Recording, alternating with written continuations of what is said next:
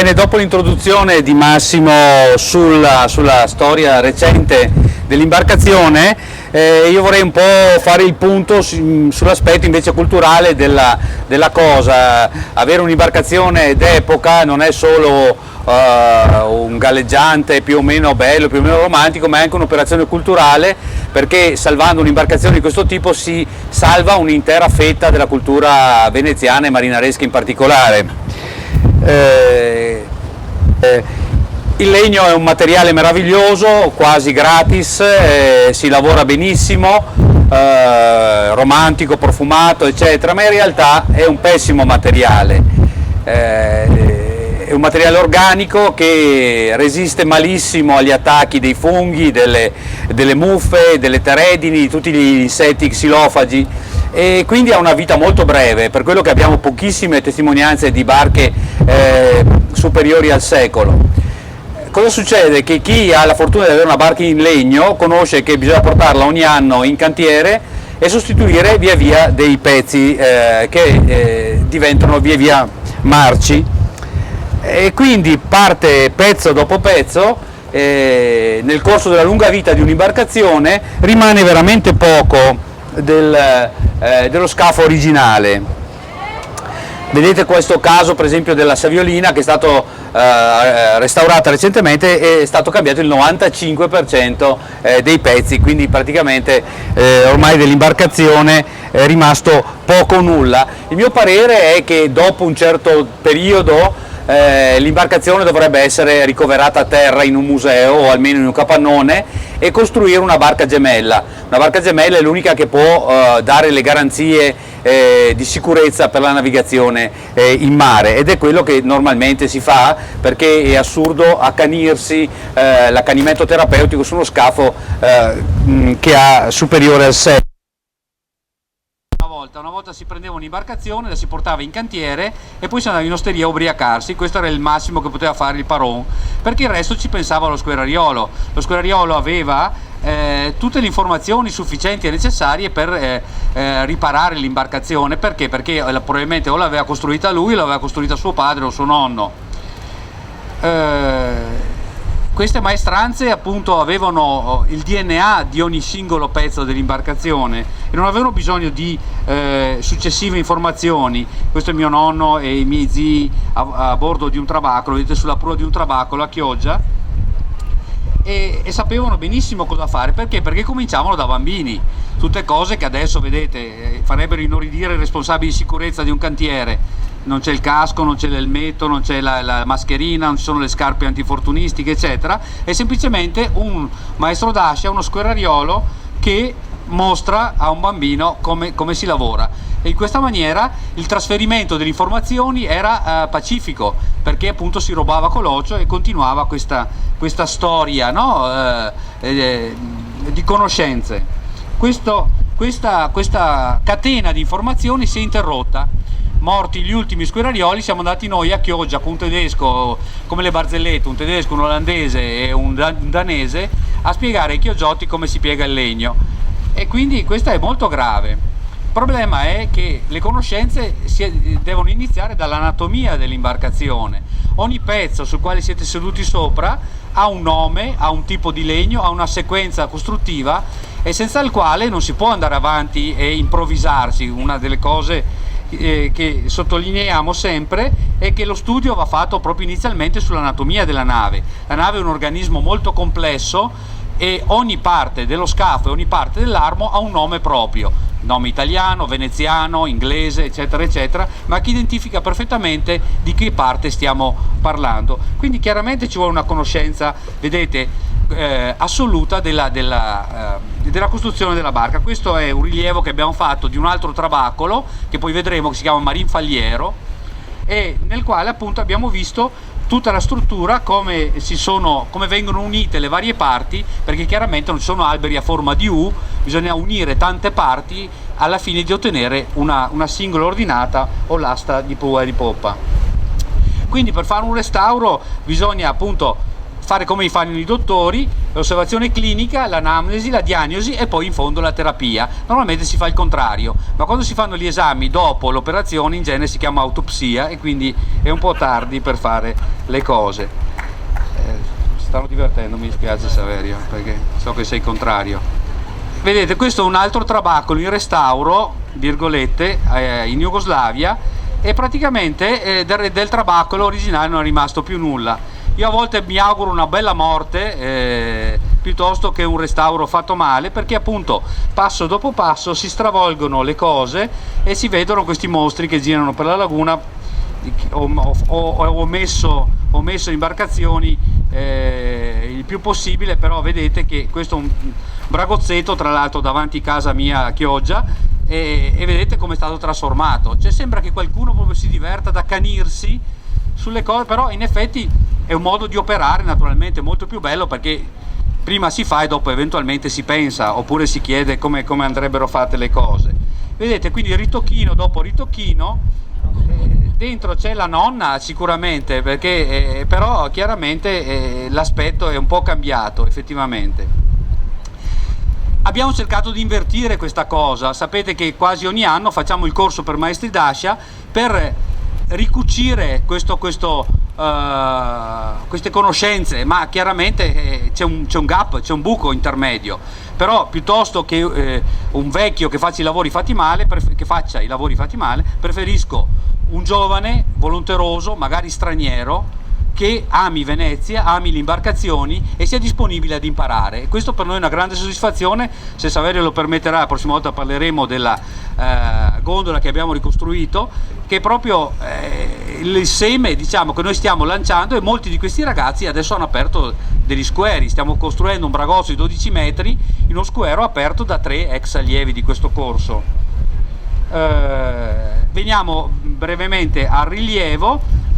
Allora ci dicevamo che bisognava fare la documentazione, no? E un po' la TAC, diciamo, no? Per un corpo umano. Il nostro amico, l'ingegnere Franco Slomp, che è un appassionato di imbarcazioni, è un ingegnere che fa questi rilievi, ha messo a disposizione la sua attrezzatura laser, con la quale appunto, approfittando del fatto che il nuovo Trionfo era a Chioggia in cantiere, l'abbiamo posizionata su varie parti e abbiamo fatto, diciamo, il calcolo che adesso brevemente illustreremo per chi non è magari esperto del ramo.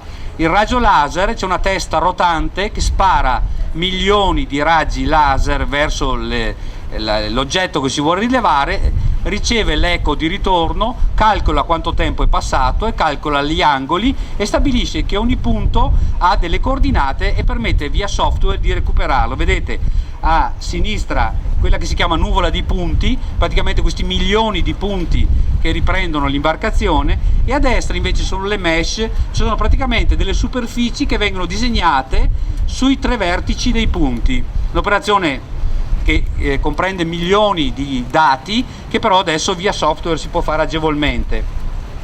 E questo è il primo risultato, vedete? Questo praticamente è il fantasma del nuovo Trionfo, il modello 3D, che se volete dopo lo abbiamo in movimento. E su questo, vedete, si possono anche, c'è anche la riflettanza, si possono anche vedere i materiali, e vedete che è in cantiere, quindi mancano le cinte, come diceva Massimo prima, appunto, che erano in costruzione, e si vedono anche i nodi eccetera e i chiodi di legno. Il laser prende tutto, vedete, prende anche il cantiere, le gru, qualsiasi cosa che viene colpito dal raggio e ritorna indietro, lui viene rilevato. Quindi questo, dopo, il grande lavoro è stato quello di ripulire tutto, togliere le cose in eccesso e sottoporre appunto il rilievo al disegno navale tradizionale. Vedete, lo scafo viene chiuso dentro una scatola rettangolare, diciamo così, sto semplificando, viene sezionato verticalmente, trasversalmente, longitudinalmente in piano per ricavare il piano dei quinti, le linee d'acqua e le linee longitudinali.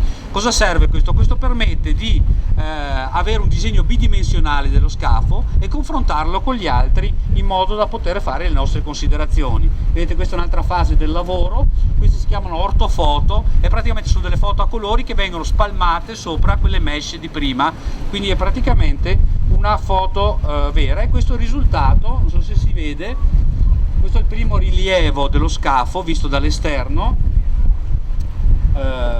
e notate appunto il particolare che dicevo prima, vedete l'aspetto della chiglia che è estremamente incurvata e di cui parleremo dopo, perché appunto è un effetto proprio dell'età dell'imbarcazione. Le imbarcazioni, come gli uomini, proprio si incurvano e invecchiano. Queste sono le sezioni, vado molto velocemente per non annoiarvi, le linee d'acqua dello scafo, e questo vedete è l'altro trabacolo che avevamo rilevato,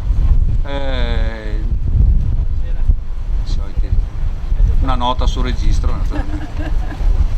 Prima dicevamo che abbiamo rilevato il marinfaliero, che è il trabacolo più vecchio in assoluto, del 1800, e l'abbiamo fatto durante un corso di archeologia navale di Ca' Foscari, e per la prima volta questi studenti li abbiamo portati su una barca vera a fare dei rilievi veri su uno scafo storico, e è stata fatta una serie di tavole, vedete anche dell'interno, cosa che spero di poter fare anche qua nel nuovo Trionfo se avremo tempo a disposizione. Ecco, quello che dicevo delle imbarcazioni vecchie, ecco, uno dei risultati dell'analisi dello scafo è che la chiglia, che una volta era rettilinea, progressivamente si incurva. È un fenomeno naturale, è dato dalle estremità che pesano e quindi non hanno spinta di galleggiamento, invece la parte centrale ha una grande spinta di galleggiamento perché ha un grande volume e poco peso. Quindi queste due forze moltiplicate per gli anni fanno sì che lo scafo si trasformi, in veneziano si dice scavesso, scavessa in colomba, no? Vuol dire appunto che gli scafi prendevano questa curvatura a rovescia. Ecco, vedete, questo è il marinfaliero, l'altro trabacolo che adesso abbiamo portato a Caorle, sempre sperando che venga musealizzato.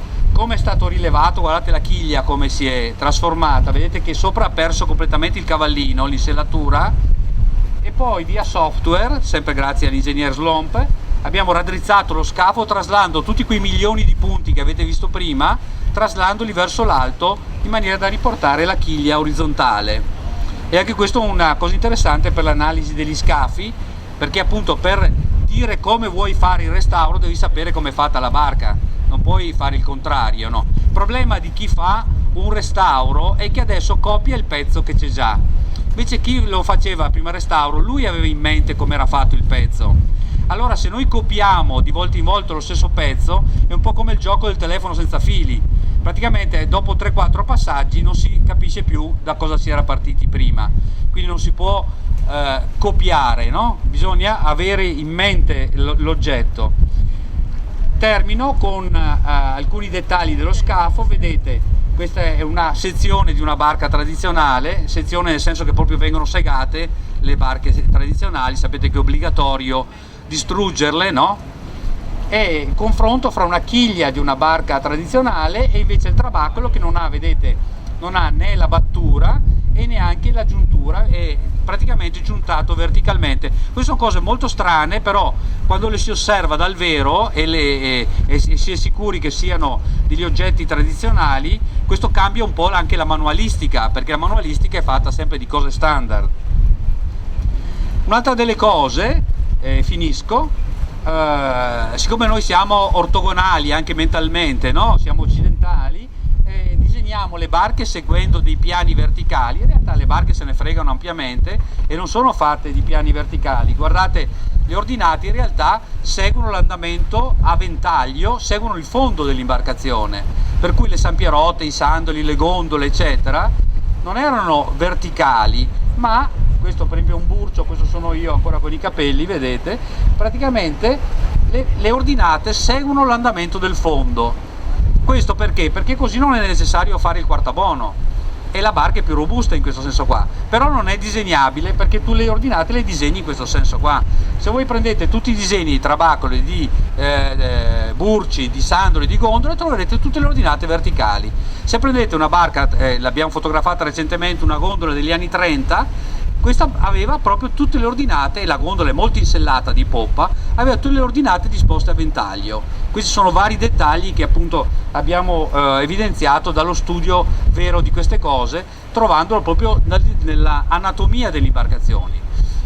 Finisco dicendo che tutto il resto che non avevamo detto questa sera lo trovate sul nostro sito venicesports.com.